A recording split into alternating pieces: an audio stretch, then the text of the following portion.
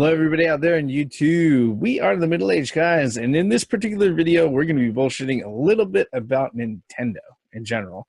I am the Reverend. The theme here. Grandmouse 1. Earlier this week, it was revealed out that the Video Game Awards, the Game Awards, 2016 Game Awards are coming up. And one of the things that's been happening over the last few months is that there have been a lot of nominations for different ballots and awards and things like that. Well, there's a particular category that came up for the Game Awards. I keep on saying Video Game Awards. It's actually just Game Awards. They started listing out what they called the Best Fan Creation category of awards, where they would go out of their way and they would list, okay, these are the best fan-made games for these particular franchises and other things. And then they would allow people to go ahead and vote on them, set them up, and then they would go ahead and, at least since these fan creators can't get commercially recognized, at least they would get critical recognition by the Game Awards themselves. Okay. What a lot of people noticed earlier this week was that two particular games that were on the nomination ballot were quietly removed off. Those two particular games that we're talking about was another Metroid 2 remake and Pokemon Uranium. Okay. Now, if you've seen any of our videos before, all right, we've mentioned these two particular fan-made games in length. About a lot of the fan-made games that were DMCA'd by Nintendo, or actually in the case of Pokemon Uranium, they didn't get DMCA'd, but the publisher went ahead and took it down. They were fearing that if they left it up there, they would have run into legal issues. And given Nintendo's track record, that's probably well-founded. Okay, now a lot of people are speculating why the nominations were quietly pulled off the ballot. But it does stand to reason that it might be because Nintendo's actually one of the official sponsors of the Game Awards. Gentlemen, what are your thoughts? Okay, I must emphasize again that what we're going to go over, except for the few times where we start citing instances from history, this is pretty much pure speculation because there hasn't been any official word one way or another. All we know is that Pokemon Uranium and another Metroid 2 remake were on the ballot for nominations for Best Fan Creation for 2016, and then all of a sudden it disappeared a few weeks ago. Okay, look, I understand if they're going to be taken down, if the speculation is correct. Yeah. I do understand, but they are still fan-created games. In the category states fan-created games. Yeah. So it's like, it's a double-edged sword here for me. I mean, I'm all in about the interest of fairness, and in the interest of fairness, yeah, those two should be there, even though either one of those two would probably win the fucking award. Yeah. Hands down, because I mean, let's face it, those two games, those two fan-made games, man, oh man. But I can't even say that Nintendo are just total dicks for doing this if they actually are responsible for having them taking off the ballot. Mm-hmm. I can't actually say that because, again, people were actually taking the stuff that, that they own and tweaked it up and made their own stuff and then just put it out. It's not like they were making profit or anything like that, but they were still fan-made games. So I'm a bit torn between all of that. Yep. What about you, Green Mouse? What are your thoughts on that? Is anybody surprised? No, a lot of people are surprised. But as far as the reason that they speculate why it's happening, I don't think people are surprised about that. Go ahead. I think if Nintendo's sponsoring, I think it's kind of a conflict of interest in a way, even though they didn't make them. It was still based off their IPs, and I kind of echo the same thing that Dean was saying, that it's still fan-made games, and they still. I feel that, especially all the time that it takes to make these games, I feel that, you know, they should at least get some recognition in the fact of their hard work. Yep. I mean, that's like if I make a game called like Duck Triumph or something like that, and instead of 2 ducks like on regular Duck Hunt, I have all 10 ducks go up, and you have to shoot all 10 perfectly, because remember, there are like 10 rows of ducks that you have to clear in order to clear the stage or whatever. I mean, fuck. Yeah, I'll be using Nintendo's IP and stuff like that, but again, I would create it. So, again, and what if I use different sounds? Maybe I didn't use the same sounds from the original Duck Hunt. I just used the sprites. Well, if you use the sprites, that's probably an issue right there. As far as it goes, though, the actual sport of hunting ducks is not anything that anybody can copyright. You could go out of your way to do that. So that one might be a little bit easier. I mean, I wouldn't, and the thing about it is, okay, I wouldn't have called it Duck Hunt. I would have called it something else. Yeah, you know, I think what's Duck 'em up. that game already exists on the DS. Yes, it does, so I couldn't say that. Yep. But one of the things that kind of got people is that, you know, it was quietly pulled off of the ballot. It was sitting, AM2R and Pokemon Uranium were sitting on the ballot right next to, I believe, Brutal Doom, which Bethesda actually went out of their way, and I believe they tweeted out, and they were like, to the fan creators, their page, and they're like, hey, this is actually pretty cool. All right. And same thing with I believe it's called Enderal, the Shards of Order, which is I believe that's a Skyrim. Let's see here. It's a Skyrim mod, which goes ahead, and it's like a whole other adventure and everything, based off of the Skyrim engine and universe and all of that. So with this particular one, I understand Nintendo's hardline like position on a lot of their DMCA's and a whole bunch of other things, because ultimately it is their IP, right? But in this particular case, what's the real damage in actually recognizing that somebody did something really creative based off of your work? You know, what, that they wouldn't do it themselves? I mean, yeah. I mean, that's the only damage I can think of. They did something that Nintendo wouldn't on their IPs.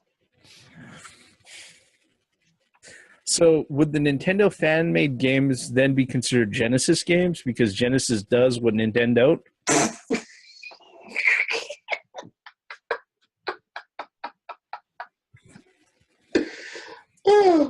But I saw that a mile away. I knew. Yeah, but still, it's still funny to think about, because it's like. But do you blame them, though? I mean, it's their IP. If nobody protects their IP, you know, that's a slippery slope that Nintendo doesn't want to go down. Yeah, I mean, and the thing about it is that, you know, as much as people love Sega for being very loose with fan projects and everything else, is that the problem with it is that it may not be something that they're going to be worrying over right now. But if somebody actually goes out of their way and makes a big enough production about it, and they want to go ahead and sue over it, that person will actually have precedent to sit there and say they didn't give a fuck about it before. So why are they giving a fuck about this right now? You know, obviously a lot of money in it, and, you know, time into it. And let me go ahead and make something off of it. You know, and that's really where, you know, it's cool as what some of the other creators or some of the other publishers, you know, allow their fans to do. There is a slippery slope that they could end up falling down, where it's like, if they don't protect their own IP, you know, are they going to be later on be left out in the cold when something does come up and they do get challenged on it? You know, because that sort of thing has happened before. Right. Yeah. Yeah.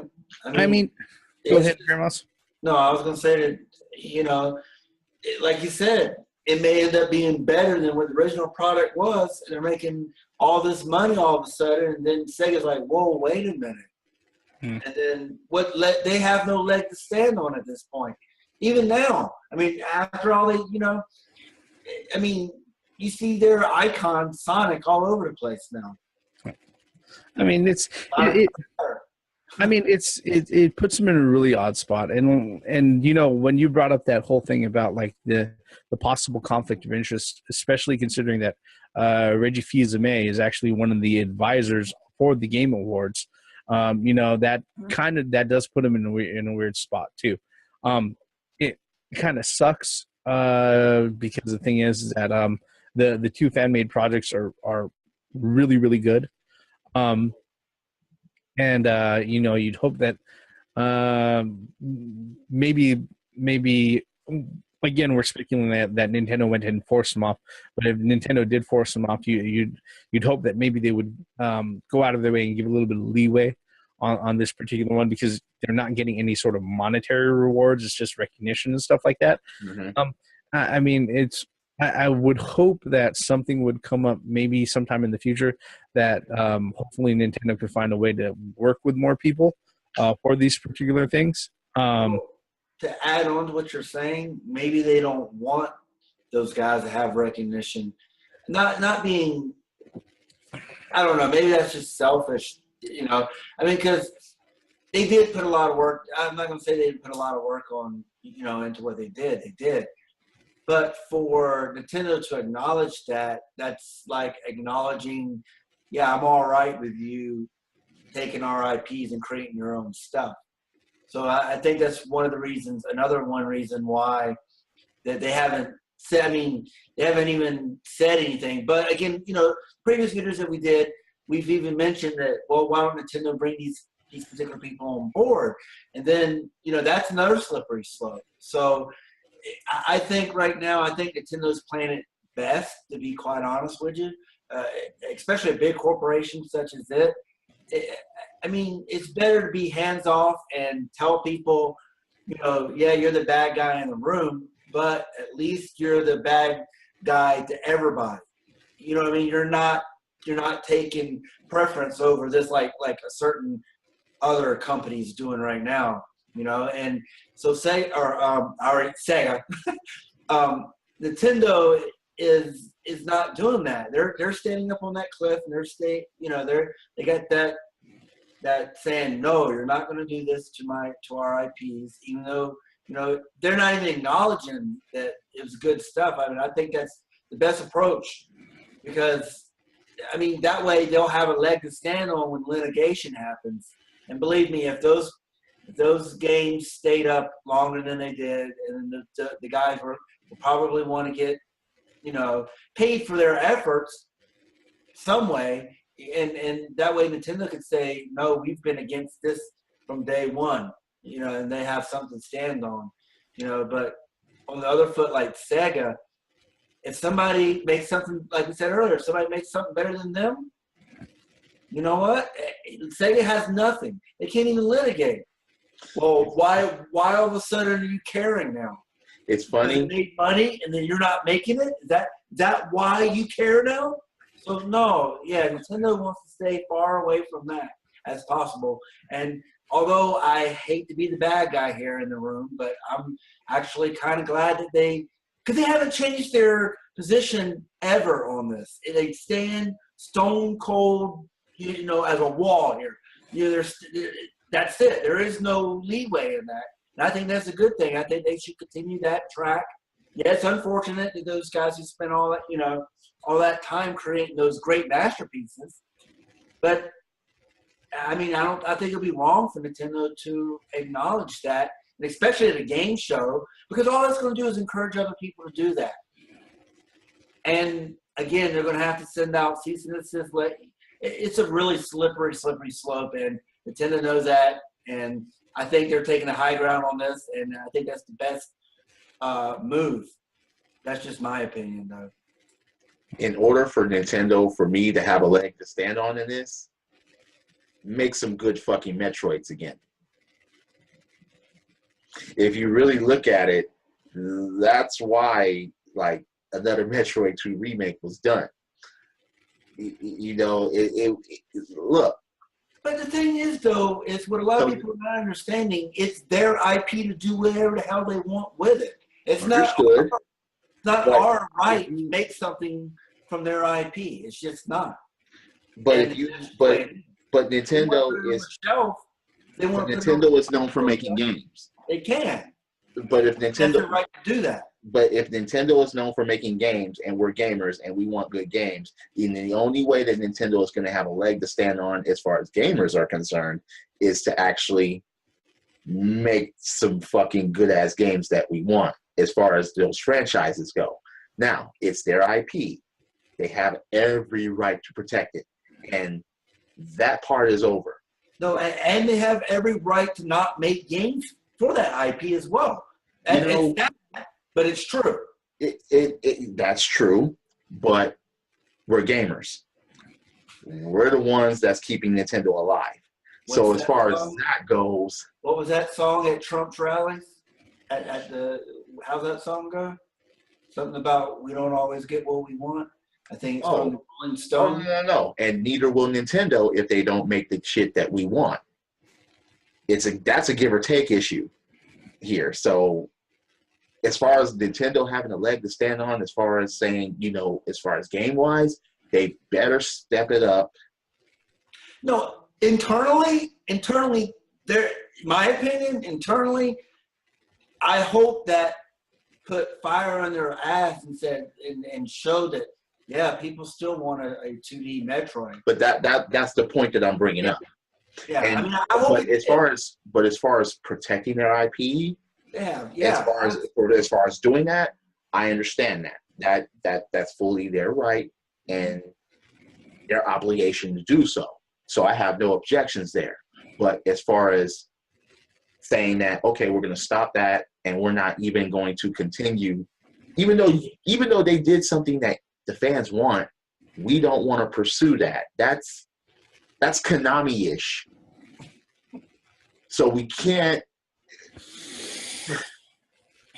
No, I don't completely agree with that. The reason being is that there's the Nintendo library is just too fucking huge to sit there and perpetuate and sustain each and every title.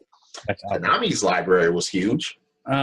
Yeah, but Konami went ahead and straight up said, "Fuck you guys, we wanted to do pachinko." All right, I'm just saying, as far as all of it goes, they don't have unlimited. They don't have unlimited resources. They don't even have first party resources as big as Sony. All right, to go ahead and follow up anything like that. So, in which case, whatever they go ahead and they decide to put out, unfortunately, the same creative people aren't going to be there the whole fucking time. Which reflects and just with the changing landscape of their library. But on this particular end here, I think they're kind of stuck in the spot where they have to go ahead and they have to hold their stance on it. Otherwise, they risk too much.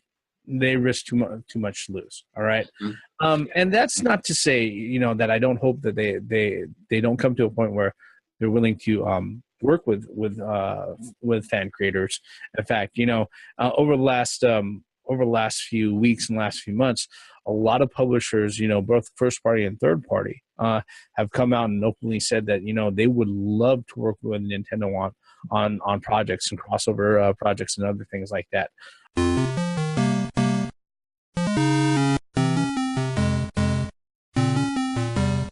One of the particular ones, case in point, actually showed up earlier this week. Phil Spencer, head honcho guy of Microsoft Games, was in an interview with Australian Gamers or Aus Gamers. And he, in that particular interview, which was held on the 23rd, he went ahead and he was discussing about the fact that, Microsoft worked directly with Nintendo to go ahead and port over a Wii U version of Minecraft. Because of that, he had the opportunity to actually work directly with them and actually kind of built a little bit of a respectful working relationship. So much so that Nintendo even went out of their way and they sent Phil Spencer a fucking NES Classic Mini. All right, NES Classic Edition, NES Mini. All right, which nobody can find anywhere unless you're looking on eBay and those assholes are selling it for $450 plus online. But that's another subject altogether.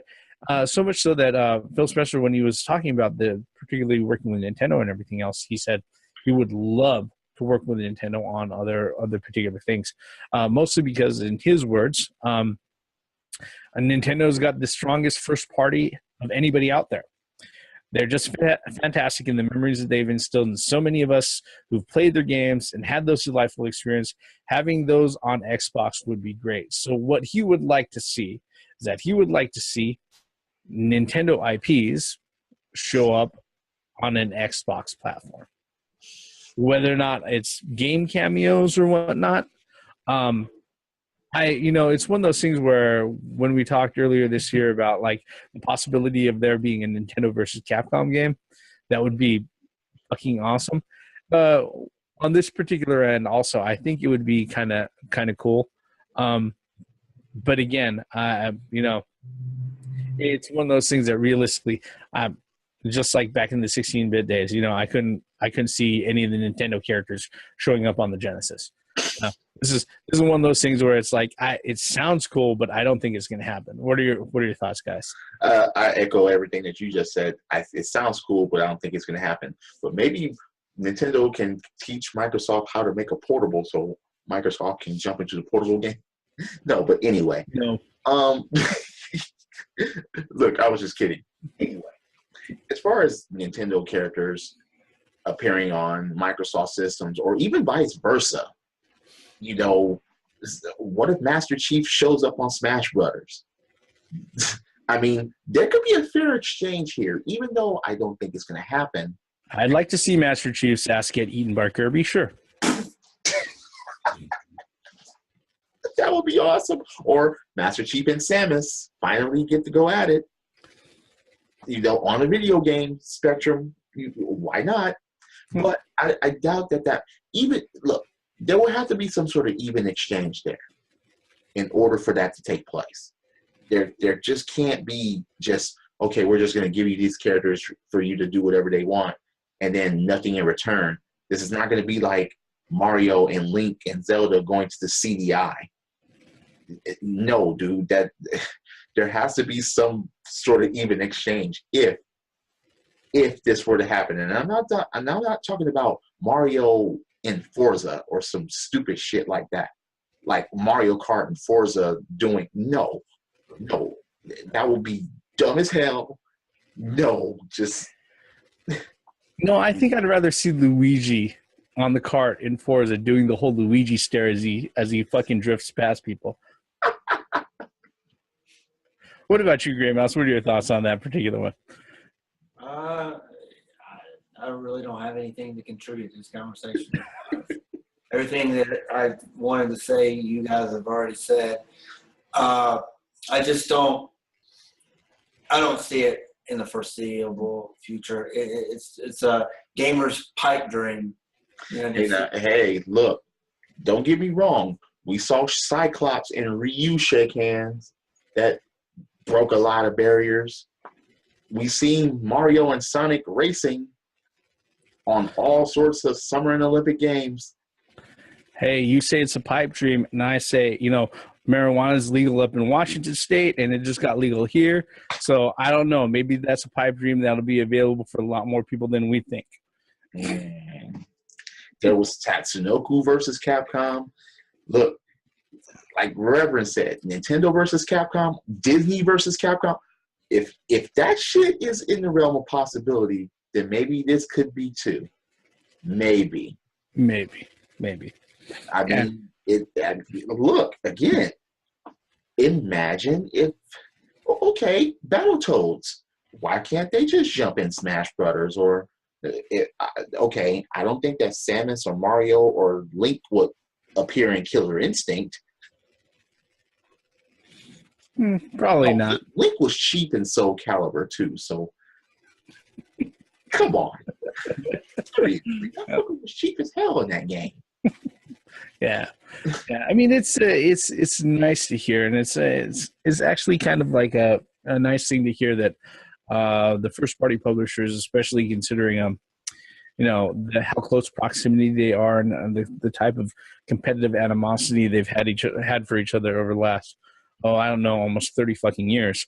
And that sort of thing kind of gets kind of clears up, in that Phil Spencer is a fan. Thankfully, we know that. But again, like everybody has said in this particular video, it's a nice fantasy, but I think it's a pipe dream. Any other final thoughts on that one, or the previous Nintendo fiasco with the Game Awards? Nope. Yeah, I think we're going to go ahead and we're going to wrap this one at this point. What are your thoughts, everybody who's watching this video? If you've actually stuck with us the whole 25 minutes or so that we've talked about these two subjects, if you think we've missed anything, or if you got a different point of view, or feel free to leave us a comment below. All right, we are very much interested. As I say at the end of every video, if you're so kind, if you're new here and you like us, hit subscribe, drop us a like. We put out new videos every week. We are the middle-aged guys. We bullshit about a lot of things, and we've just been bullshitting about a few Nintendo subjects from last week for the last 25 minutes. I am the Reverend. The theme here. Gray Mouse 1. Once again, for the benefits of common sense, logic, and gaming. Credits. These Nintendo creators, these creators of these Nintendo fan games, they just got to start calling them Genesis games, like I said. Hey, what about Streets of Rage remake? Well, I don't know. Did Nintendo ever say that they did anything that the Genesis didn't? I don't think so. No. But then again, when it came to the Super Nintendo, they actually didn't need to say that. They just showed it. Now you're playing with power. What about blast processing? Okay, blast processing was no match for Donkey Kong Country, Mario RPG, Super Metroid. See where I'm going with this? Nintendo didn't have to say it. They just showed it. Only thing they're missing is a credit card slot.